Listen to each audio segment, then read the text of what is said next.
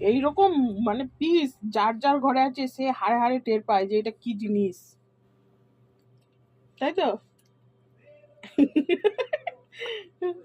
Cream গুলোকে বের করে করে খাচ্ছে। আর এই যে এটাই হচ্ছে আসল, মানে এটা হচ্ছে চেলা, আর এটা হচ্ছে বড় বড় চেলা। মানে এটার থেকেই সব, এটা হচ্ছে সব শেখে, এই বাবার থেকে সব শেখে এইটা। তারপরে ক্রিম ফেলে দাও সেকেন্ড কি করে ওর বাবার কাছ থেকে। মুখটা দেখাও এদিকে, পেছন ঘুরে দাঁড়িয়ে থাকলে হবে, মুখটা দেখাও। মানে যত রকম দুষ্টুমি সব এইটা থেকে শেখে।